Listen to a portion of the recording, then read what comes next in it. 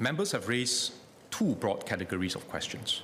The first is in relation to LTA's recent announcement that it will inject up to about 20,000 additional COEs from February 2025 across the different vehicle categories over the next few years. The second is about the impact of EV subsidies on COE prices. I will address these in turn. On the injection of additional COEs, Ms. He-Ting-Ru asks if this aligns with Singapore's car-lite vision, while Mr. Yip Hong Wing asks about the impact on traffic congestion. Mr. Melvin Yong and Associate Professor James Lip asked if we could review the total size of our vehicle population given the capabilities of ERP 2.0 to better manage congestion.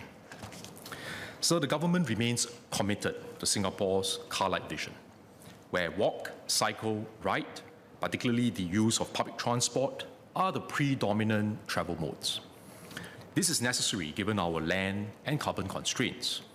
If we rely mainly on private vehicles to meet our mobility needs, we will face severe traffic congestion and gridlock, like what some overseas cities are experiencing.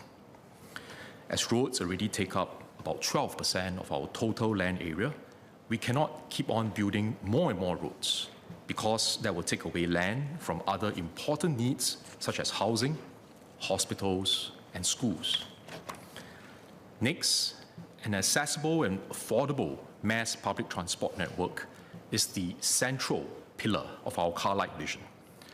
Compared to other transport options, mass public transport enables the greatest number of people to get to their destinations with the least land take and carbon emissions. This is why we have and will continue to make significant investments in our public transport infrastructure through upgrading and expanding our rail and bus networks and subsidizing public transport journeys for commuters. Roads and vehicles will complement our public transport infrastructure and offer additional transport options for Singaporeans. Having a car-lite vision does not mean that our total car population cannot increase. The key is to avoid road congestion through the use of both ownership controls and usage-based pricing, which is what we've been doing over the last few decades. As LTA explained when it announced the move to inject up to about 20,000 COEs, travel patterns have evolved after COVID-19 pandemic, and total vehicle mileage decreased by around 6% from 2019 to 2023. We have also observed lower traffic demand in the CBD, and ERP gantries in the city cordon remain unactivated. The ERP gantries at arterial roads, including the one in my constituency at Toa Payoh Lorong 5, have also been switched off since the pandemic. An increase in the vehicle population does not automatically lead to an increase in the total vehicular usage, as there are car owners who may choose to take public transport to work, as well as those who use their cars mostly on weekends or during off-peak hours. This is why it is useful to have both ownership controls and usage-based pricing, so that we can enable some families to own cars while keeping congestion in check, especially during peak periods.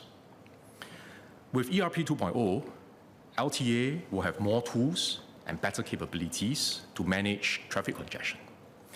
ERP 2.0 will provide comprehensive aggregated traffic information. It will also enable LTA to more quickly introduce new virtual gantries where necessary, based on the latest traffic patterns. This allows for more flexible and responsive congestion management.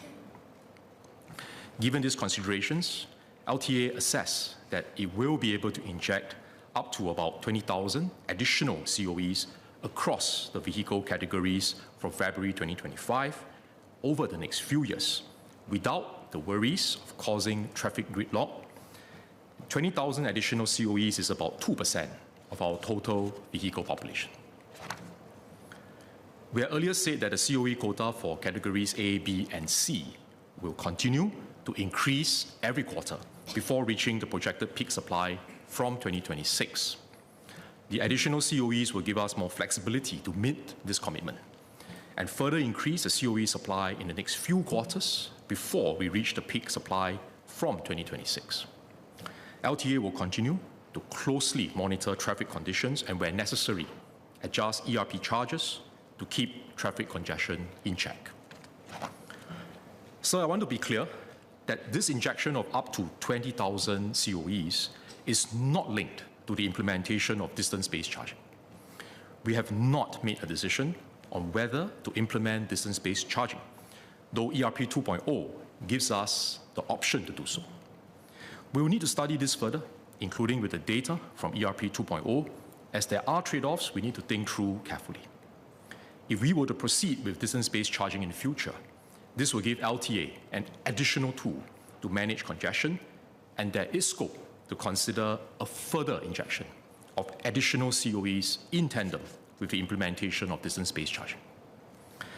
Mr. Melvin Yong asked if the planned injection will help to stabilize COE prices. COE prices are a function of supply and demand. We have introduced measures to increase supply since last year, including cut and fill, and now the additional injection. All else being equal, an increase in COE supply should help to moderate prices. However, we are not able to predict how prices will move, as that will also depend on the demand from motorists. If we look back at how prices and demand factors have changed since we increased COE supply from late last year, there are some observations which I would like to share with the House. With your permission, Mr. Speaker, may I ask the clerks to distribute a handout showing two tables?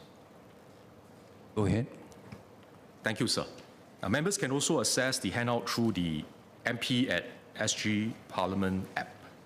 So, Mr. Speaker, if we first refer to Table 1, the prevailing quota premiums, or PQP, which is the average COE price over the past 3 months, and the price which vehicle owners pay to renew their COEs, have fallen across all vehicle categories by about 4% to 21% over the past year.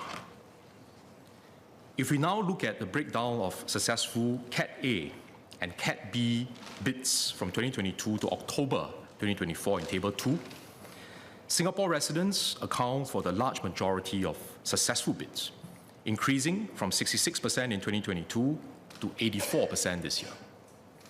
The proportion of bids won by foreigners remains low and has decreased to about 2% this year. The proportion won by car leasing companies, which bid for vehicles that are then leased out as private hire cars, or PHCs, has also decreased from 26% in 2022, when COE prices were relatively lower, to about 10% this year. The data show that the main drivers for the increase in COE prices in recent quarters are likely due to strong demand from local individual buyers and not from foreigners or car leasing companies. The decrease in the proportion of bids won by car leasing companies also illustrates why the suggestion of having a separate COE category for PHCs and moving existing quota from Cat A and B into this separate category is not a straightforward exercise. Demand for COE from car leasing companies can vary quite a bit from quarter to quarter and from year to year.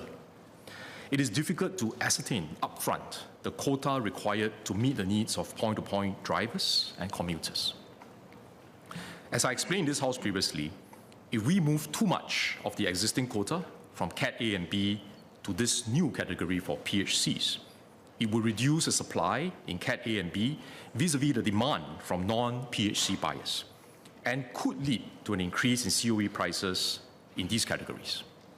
On the other hand, if we underestimated the quota to be moved to the separate category for PHCs, it will lead to insufficient PHC supply, which will in turn cause an increase in PHC prices and reduce accessibility for point-to-point commuters.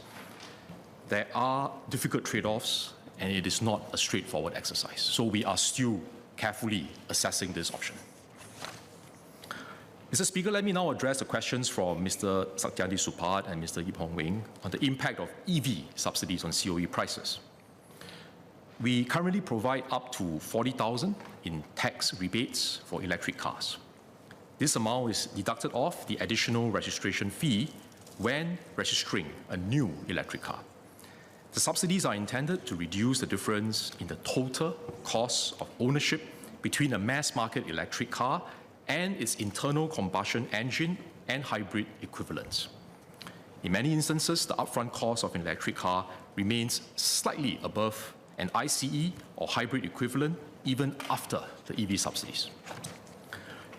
With this context, please allow me to clarify a few points. First, the demand of COE is driven by how many people want to buy cars. It does not matter whether the buyer is buying an electric, ICE, or hybrid car. But when someone decides to buy a car, the EV subsidies serve to nudge him or her towards considering an electric car instead of an ICE car. This is because without such subsidies, the electric car will be more expensive than its ICE equivalent at this time. The price difference may narrow and even disappear in future when technology evolves and EV prices decrease further. EV subsidies on their own do not induce new demand for cars. They are intended to encourage a car buyer to consider buying an electric car instead of an ICE or hybrid car by reducing the upfront costs of an electric car. Second, it is a business decision for motor dealers when they decide how to price their vehicles, electric or otherwise. The COE is an input cost to the dealers. If they submit higher COE bids than what they had included in their pricing, it will eat into their profit margins. Hence, there's no commercial incentive for electric car dealers to excessively mark up their prices or bid for higher COE just because of the EV subsidies. Marking up their prices by too much will affect their competitiveness versus other car brands, while bidding for higher COE will erode their profit margins. Finally, we introduced the power rating criterion for COE categories A and B in 2013, so that car COE categories were no longer differentiated only by engine capacity. In 2022, we increased the power rating threshold for Cat A cars to right-side mass-market electric car models. We acknowledge the concerns about how some higher-end cars have lowered their engine capacity and power ratings to come under Cat A instead of Cat B. Members, including Mr. Ang Wei Neng, Associate Professor Jamus Lim, and Mr. Leong Man Wai, had previously asked if we could determine the COE category using the vehicle's open market value. We understand the rationale of this suggestion, and we will continue to review our criteria as technology and market trends evolve.